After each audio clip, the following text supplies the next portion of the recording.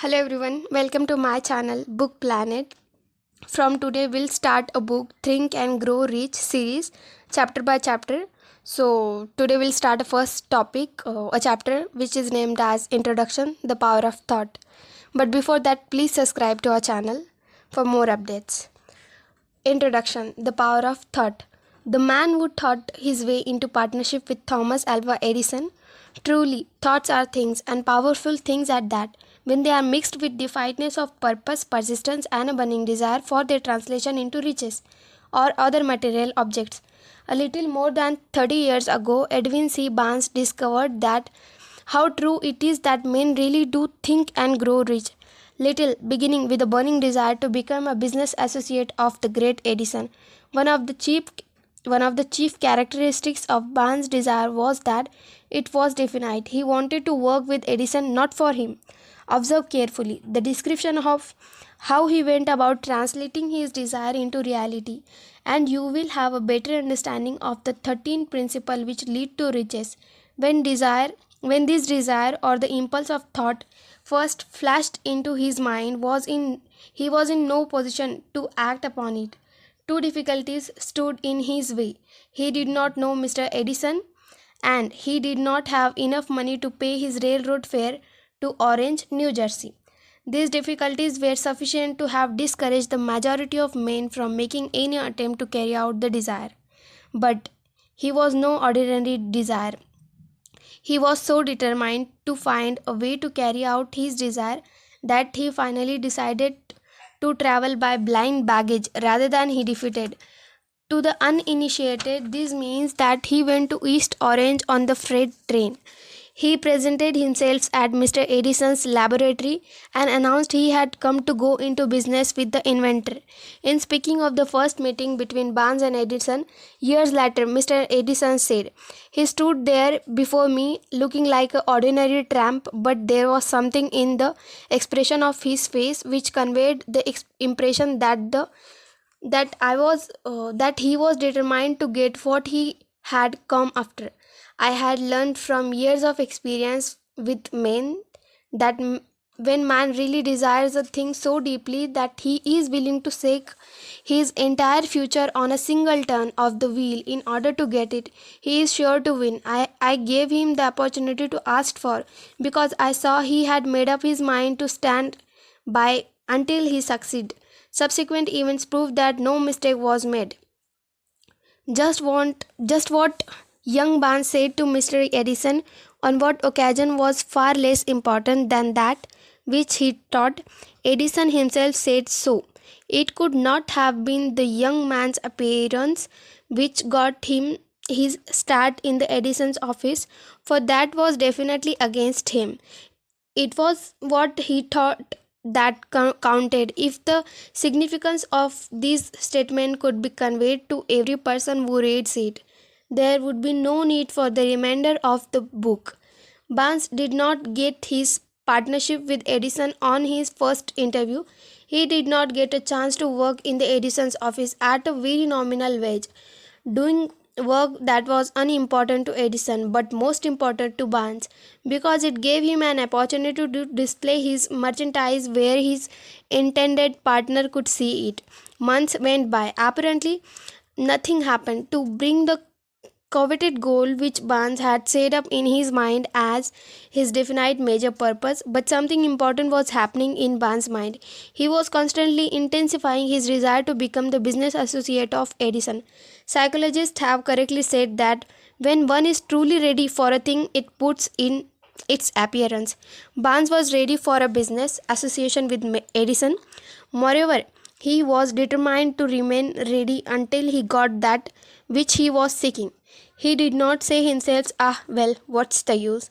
I guess I'll change my mind and try for a salesman job." But he did say, "I came here to go into business with Edison, and I'll accomplish this end if it takes the remainder of my life." He meant it. What a different story men would have to tell if the only one they would adopt a definite purpose and stand by that purpose until it had time to become an all consuming obsession.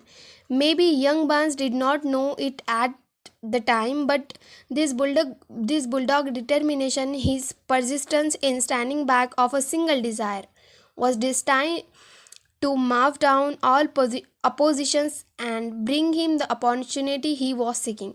When the opportunity came, it appeared in a different form and from a different direction than Barnes had expected.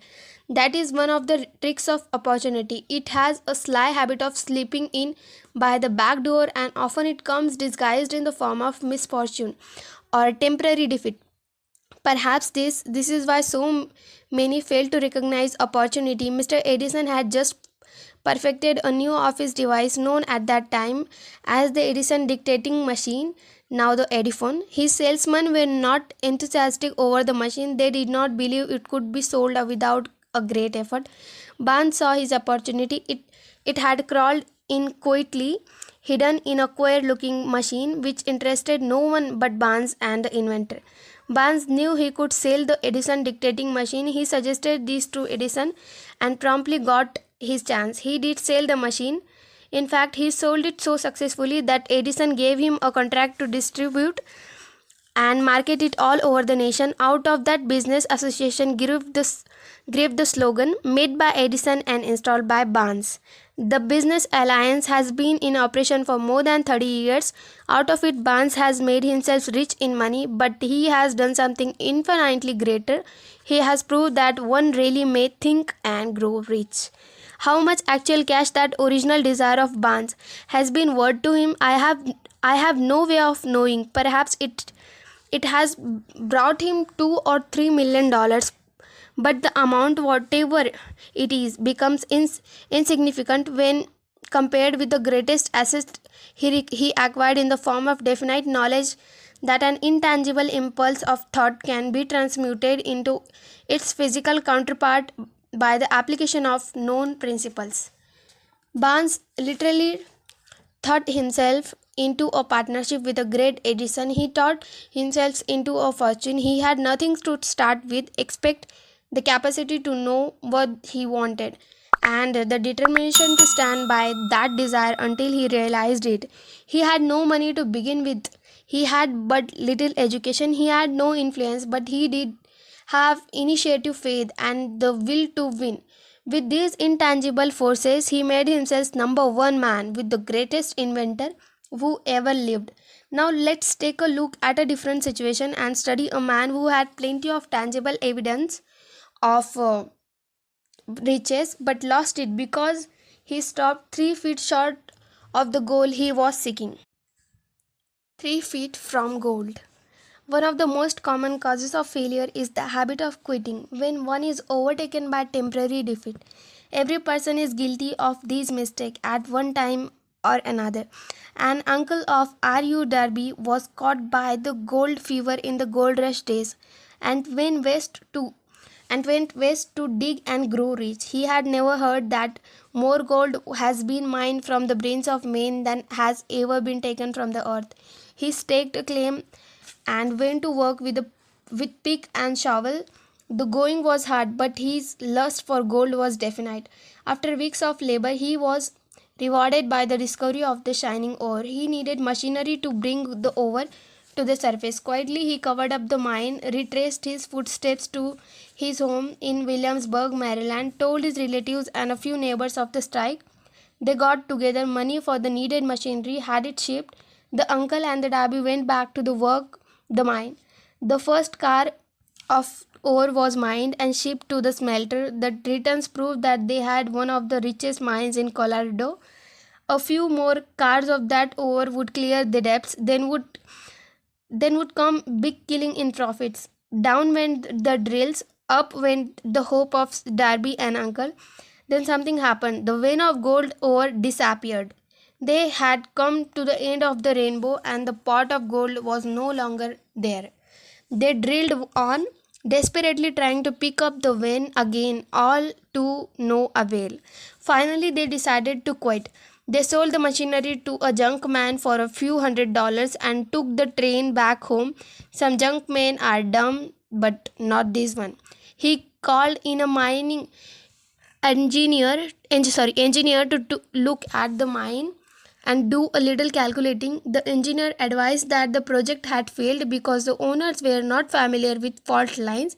His calculation showed that the vein would be found just 3 feet from where the Darbys had stopped drilling. That is exactly where it was found. The young man took millions of dollars in ore from the mine because he knew enough to seek expert counsel before giving up. Most of the money which went into the machinery was procured through the efforts of R.U. Derby, who was then a very young man. The money came from his relatives and neighbors because of their faith in him. He paid back every dollar of it, although he was years in doing so. Long afterward, Mr. Derby recouped his loss many times over when he made the discovery that desire can be transmuted into gold. The discovery came after he went into the business of selling life insurance, remembering that he lost a huge fortune because he stopped 3 feet from gold. Derby profited by the experience in his chosen work by the simple method of saying to himself, I stopped 3 feet from gold, but I will never stop because men say no when I ask them to buy insurance. Derby is one of the small group of fewer than 50 men who sell more than $1 million in life insurance annually. He owes his stickability to the lesson he learned from this quotability in the gold mining business. Before success comes in any man's life, he is sure to meet with a much temporary defeat and perhaps some failure. When defeat overtakes a man, the easiest and most logical thing to do is to quit. That is exactly what the majority of men do. More than 500 of the most successful men this country has ever known told the author their greatest success came just one step beyond the point at which defeat had overtaken them. Failure is a trickster with a keen sense of irony and cunning. It takes great delight in tripping one when success is almost within reach. A 50-cent lesson in persistence. Shortly after Mr. Davies received his degree from the University of Hard Knocks and had decided to profit by his experience in the gold mining business, he had the good fortune to be present on an occasion that proved to him that no does not necessarily means no. One afternoon, he was helping his uncle to grind wheat in an old fashioned mill. The uncle operated a large farm on which a number of colored sharecrop farmers lived. Quietly, the door was opened and a small colored child, the daughter of tenant, walked in and took her place near the door. The uncle looked up, saw the child, and barked at her roughly, What do you want? Meekly, the child replied, My mummy send her 50 cents. I'll not do it, the uncle reported. Now you run on home. Yes, sir, the child replied, but she did not move. The uncle went ahead with his work so busily engaged that he did not pay enough attention to the child to observe that she did not leave.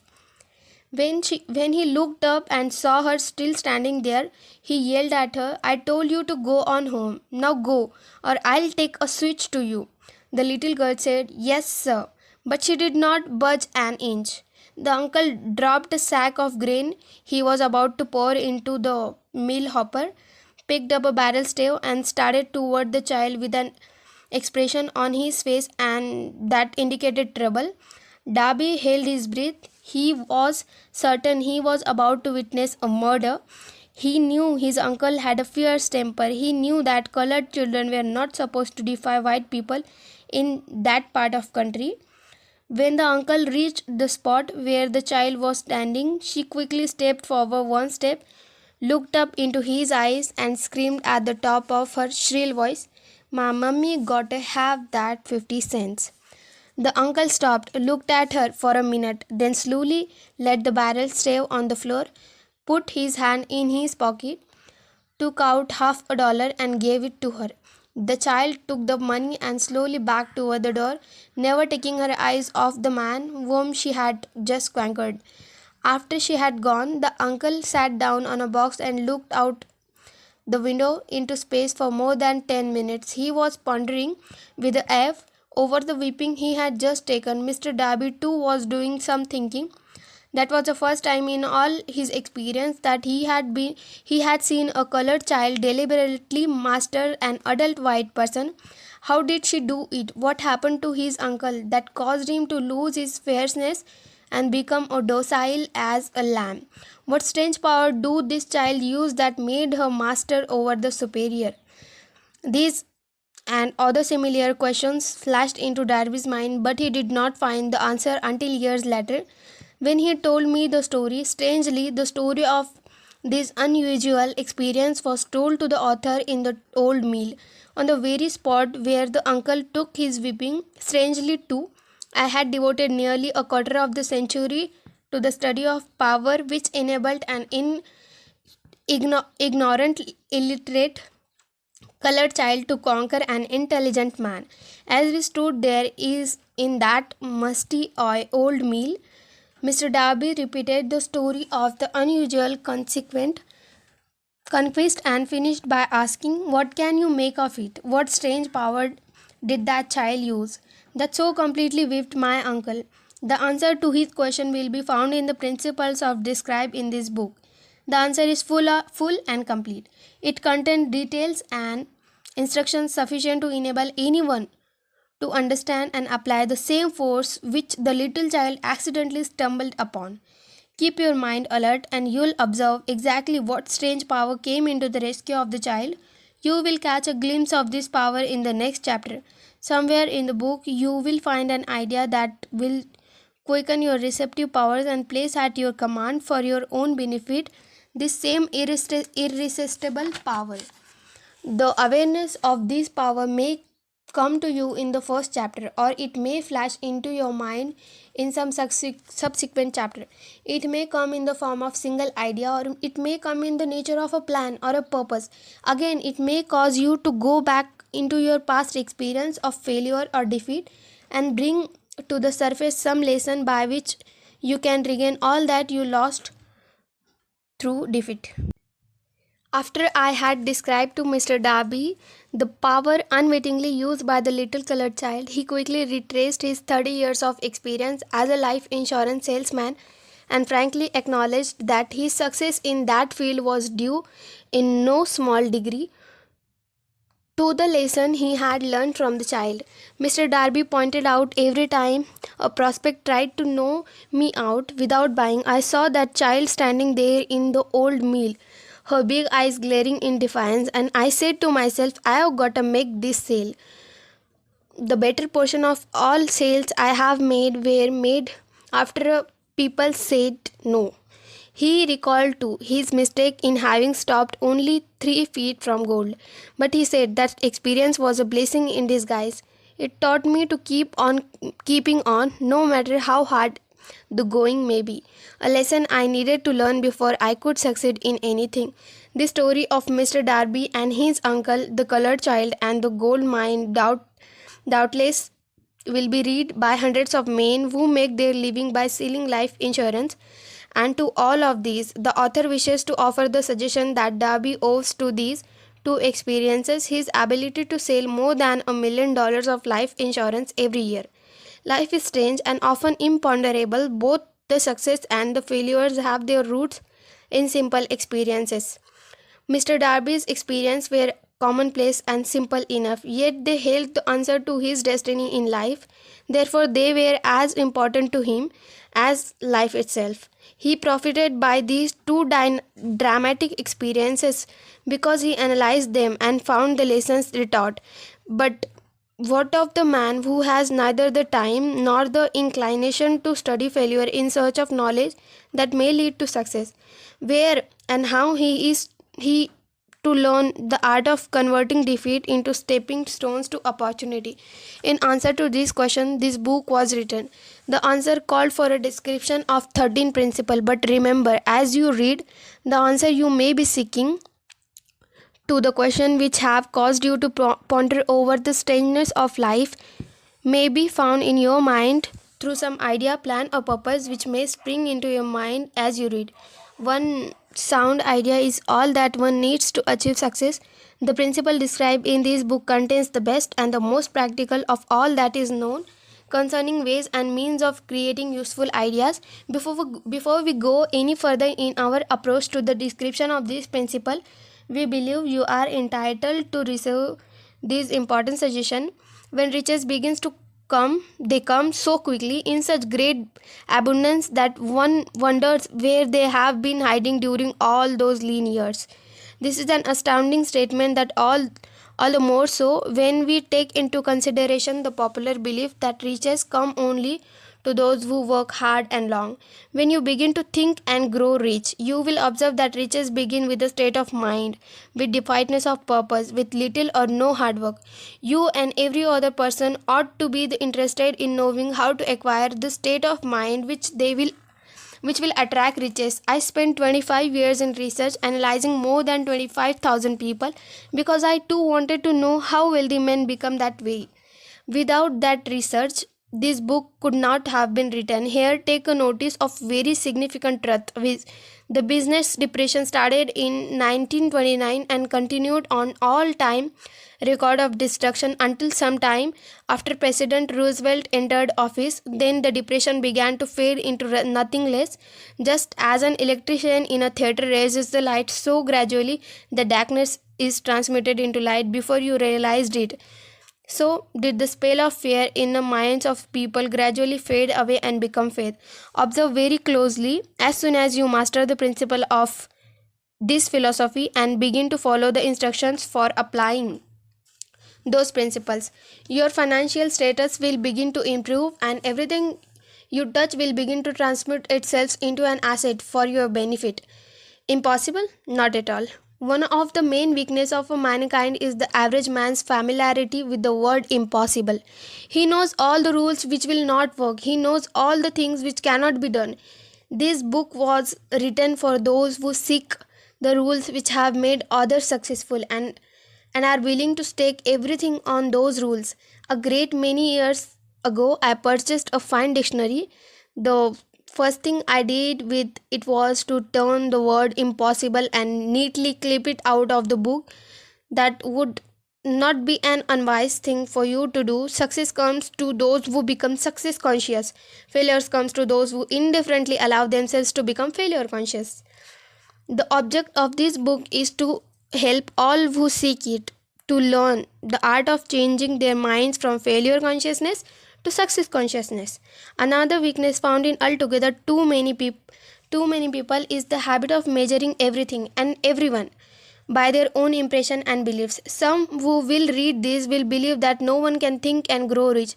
They cannot think in terms of riches because their thought habits have been steeped in the poverty, want, misery, failure, and defeat. These unfortunate people remind me of a prominent Chinese who came to America to be educated in American ways.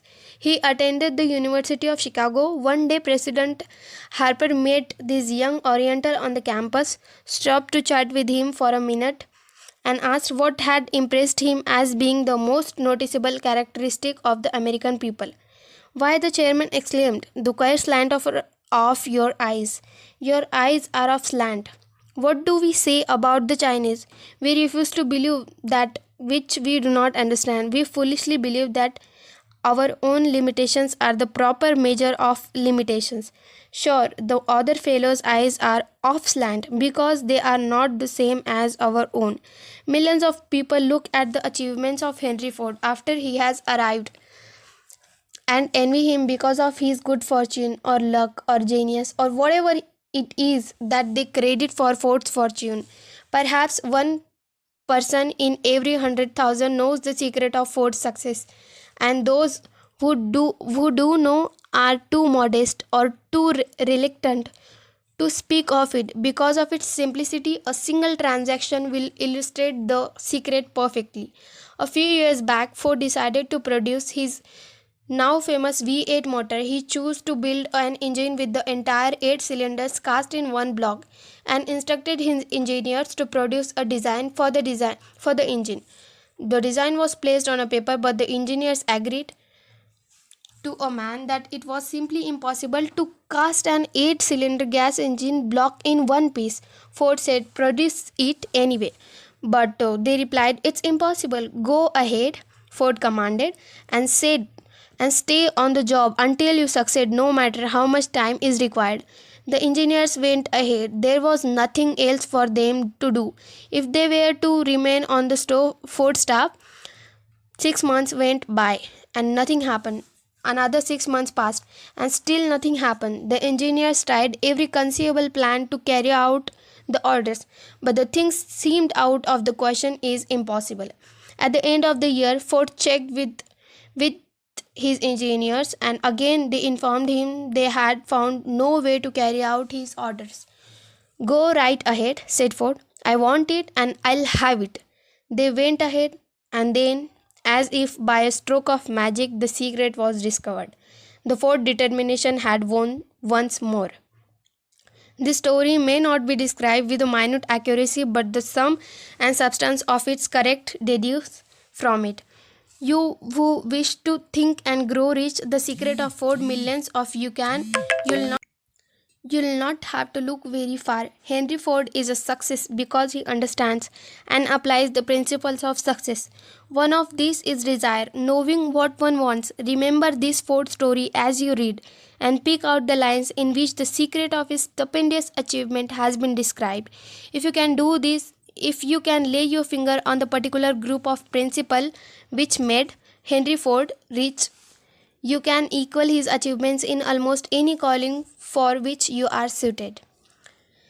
You are the master of your fate, the captain of your soul, because when Henley wrote the prosthetic line, I am the master of my fate, I am the captain of my soul, he should have informed us that we are in the masters of our fate, the captains of our souls, because we have the power to control our thoughts. He should have told us that either in which this little earth floats, in which we move and have our being, is the form of energy moving at an inconceivably high rate of vibration, and that the ether is filled with the form of universal power which adapts itself to the nature of the thoughts we hold in our minds and influences us in natural ways to transmit our thoughts into their physical equivalent. If the poet had told us of this great truth, we would know why it is that we are the masters of our fate, the captains of our souls. He should have told us with great emphasis that this power makes no attempt to discriminate between destructive thoughts and constructive thoughts, that it will urge us to translate into physical reality and thoughts of poverty just as quickly as it will influence us to act upon thoughts of riches. He should have told us too that our brains become magnetized with the dominating thoughts which we hold in our minds, and by means with which no man is familiar, this magnet attracts to us the forces, the people, the circumstance of life which harmonize with the nature of our dominating thoughts. He should have told us that before we can accumulate riches in a great abundance, we must magnetize our minds with intense desire for riches, that we must become money conscious until the desire for money drives us to create definite plans for acquiring it. But being a poet and not a philosopher, Henley contented himself by stating a great truth in a poetic form, leaving those who followed him to interrupt the philosophical meaning of his lines. Little by little, the truth has unfolded itself until it now appears certain that the principles described in this book hold the secret of mastery over our economic fate. We are now ready to examine the first of these principles. Maintain a spirit of open mindedness, and remember as you read, there are the invention of no one man. The principles were gathered, accumulated riches in huge amounts, men who began to in poverty. For these men you can put them to work for your own enduring benefit. You will find it easy, not hard to do. Before you read the next chapter, I want you to know that it conveys the factual information which might easily change your entire financial destiny, as it has so definitely brought changes of stupendous proportions to two people describe. I want you to know also that the relationship between these two men and myself is such that I could have taken no liberties with the facts, even if I had wished to do so. One of them has been my closest personal friend for almost 25 years. The other is my own son. The unusual success of these two men, success which they generously accredit to the principle described in the next chapter, more than justifies this personal reference. as this means of emphasizing the far-flung power of this principle. Almost 15 years ago, I delivered the commencement address at Salem College, Salem, West Virginia. I emphasized the principle described in the next chapter with so much intensity that one of the members of graduating class definitely appropriated it and made it a part of his own philosophy. The young man is now a member of Congress and an important factor in the present administrations. Just before this book went to the publisher, he wrote to me a letter in which he so clearly stated that his opinion of the principle outlined in the next chapter that I have chosen to publish his letter as an introduction to the chapter. It gives you an idea of the rewards to come. So here is the letter. My dear Napoleon, my service as a member of Congress having given me insight into the problems of men and women, I am writing to offer a suggestion which may become helpful to thousands of worthy people. With apologies, I must state that the suggestion, if acted upon, will mean several years of labor and responsibility for you. But I am enheartened to make the suggestion because I know your great love for rendering useful service. In 1922, you delivered the commencement address at Salem College when I was member of the graduating class. In that address, you planted in my mind an idea which has been responsible for the opportunity I now have to serve the people for my state. I will be the responsible in a very large measure for whatever success I may have in the future. The suggestion I have in my mind is that you put into a book the sum and substance of the address you delivered at Salem College, and in that way give the people of America an opportunity to profit by your many years of experience and association with the men who, by their greatness, have made America the richest nation on the earth. I recall, as though it were yesterday, the marvelous description you gave of the method by which Henry Ford, with but little schooling, without a dollar, with no influential friends, rose to great heights. I made up my mind then, even before you had finished your speech, that I would make a place for myself, no matter how many difficulties I had to surmount. Thousands of young people will finish their schooling this year, and within the next few years, every one of them will be seeking just a message of practical encouragement as the one I received from you. They will want to know where to turn, what to do to get started in life. You can tell them because you have helped to solve the problems of so many people. So many people. If there is any possible way that you can afford to render so great a service, may I offer the suggestion that you include with every book one of your personal analysis charts in order that the purchaser of the book may have the benefit of complete self inventory, indicating, as you indicated to me years ago, exactly what is standing in the way of success. Such a service as this, providing the readers of your book with a complete unbiased picture of their faults and their virtues, would mean to them the difference between success and failure. The service would be priceless. Millions of people are now facing the problem of staggering a comeback because of the depression.